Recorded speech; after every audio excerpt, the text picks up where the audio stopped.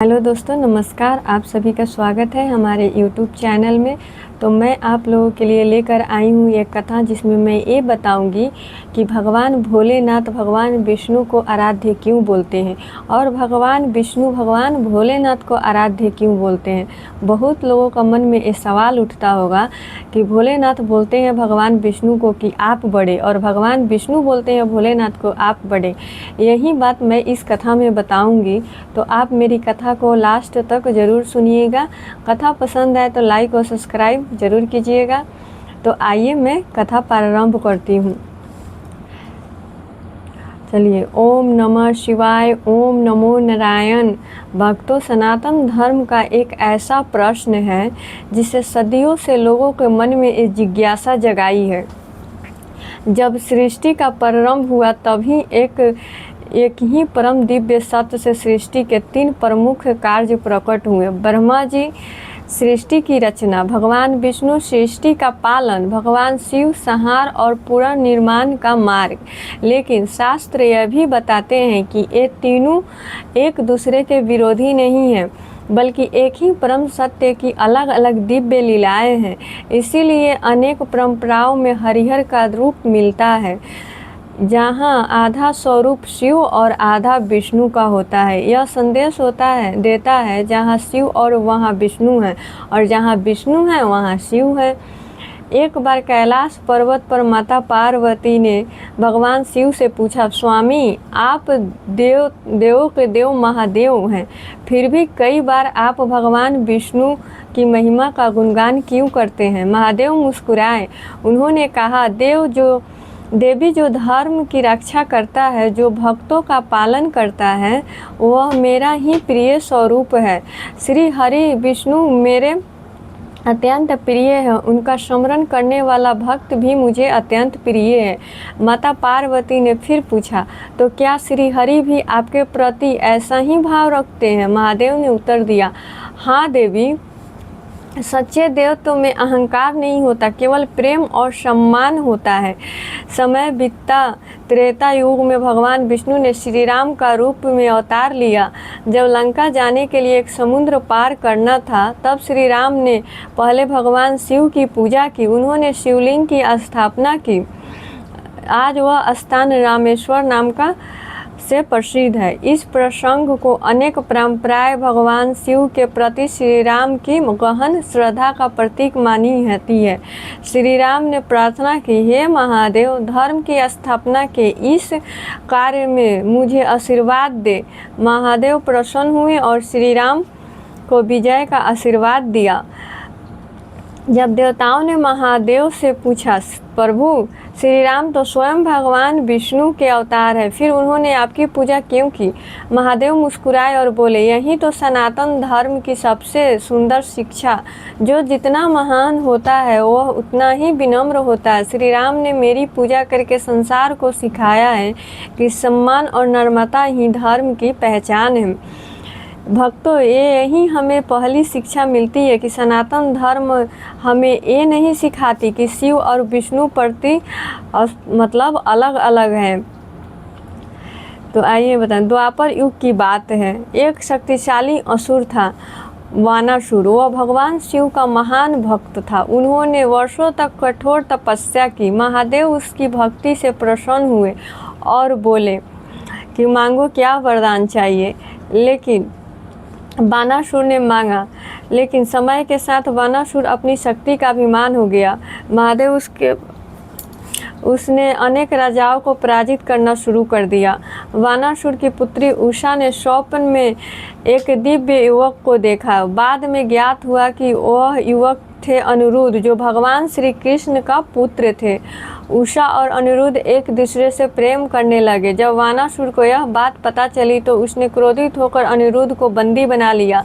यह समाचार द्वारका पहुंचा। भगवान श्री कृष्ण स्वयं अनिरुद्ध को मुक्त कराने के लिए निकल पड़े। वानासुर भगवान शिव का भक्त था। अपने भक्त की रक्षा के लिए शिव रणभूमि में आए। दूसरी ओर श्री कृष्ण धर्म की रक्षा और अपने परिवार की सुरक्षा के लिए उपस्थित थे। युद्ध प्रारंभ हुआ। आकाश देवताओं से भर गया। ऋषि मुनि भी यह अद्भुत लीला देखने लगे, लेकिन यह युद्ध शिव और विष्णु की शत्रुता की नहीं थी।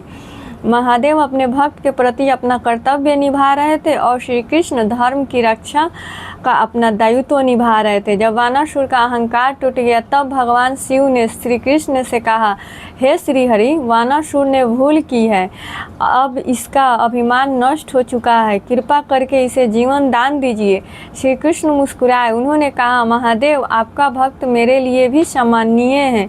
जहाँ आपकी कृपा है वहाँ मेरी करुणा भी है। इसके बाद श्री कृष्ण ने वानासुर का वध नहीं किया, उन्होंने केवल उसके अहंकार का अंत किया और उसे जीवन दान दे दिया। युद्ध समाप्त होने के बाद देवताओं के मन में प्रश्न उठा। उन्होंने पूछा, यदि आप दोनों में कोई भेद नहीं तो यह युद्ध क्यों हुआ? भगवान शिव ने उत्तर दिया, यह युद्ध द्वेष का नहीं, धर्म का था। श्री कृष्ण ने आगे कहा, जब संसार हमें अलग अलग देखना छोड़ देगा और एक ही परम सत्य के दो स्वरूप के रूप में समझेगा, तभी उसका भ्रम दूर होगा।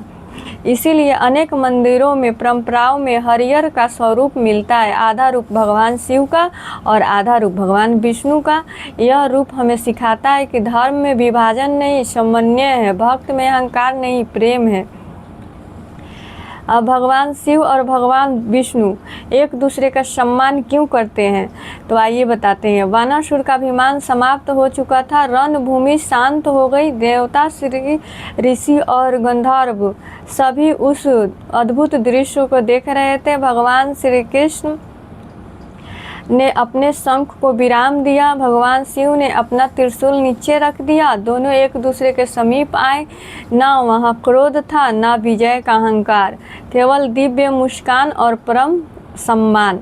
देवताओं ने पहली बार समझा कि यह युद्ध किसी श्रेष्ठता को सिद्ध करने के लिए नहीं, बल्कि धर्म की रक्षा और भक्तों के कल्याण के लिए था। भगवान शिव ने श्री हरि से कहा, हे नारायण, धर्म की रक्षा के लिए आपका प्रत्येक अवतार संसार का कल्याण करता है। जो आपका स्मरण करता है वह भी मेरे लिए प्रिय है। हे महादेव, आप वैराग्य, तप और करुणा के स्वरूप हैं। जो आपकी भक्ति करता है और धर्म के मार्ग पर चलता है वह मुझे भी प्रिय है। मतलब भगवान विष्णु ने महादेव जी से उनकी बात बताई और भगवान महादेव ने भगवान विष्णु से, दूसरों ने एक दूसरे की प्रशंसा की। देवता यह दिव्य संवाद सुनकर भाव विभोर हो गए। तभी आकाश में दिव्य प्रकाश फैला और ऋषियों ने ध्यान में एक अद्भुत स्वरूप का दर्शन देखा। हरिहर, आधा स्वरूप भगवान शिव का और आधा स्वरूप भगवान विष्णु का। ऋषियों ने कहा, यह हमें बताता है कि ईश्वर के इन दोनों रूपों में विरोध नहीं, एकात्मता है। पुराणों में कई स्थानों पर शिव और विष्णु एक दूसरे की महिमा का वर्णन करते हैं। इसी प्रकार विभिन्न परंपराएं अपने अपने आराध्य की महिमा भी बताती है। इन कथाओं का उद्देश्य विवाद खड़ा करना नहीं, बल्कि भक्तों को श्रद्धा, विनम्रता और धर्म के प्रति जागाना है। इसीलिए सनातन धर्म का मूल संदेश यह है कि भक्ति में अहंकार नहीं होना चाहिए, प्रेम और भाव होना चाहिए।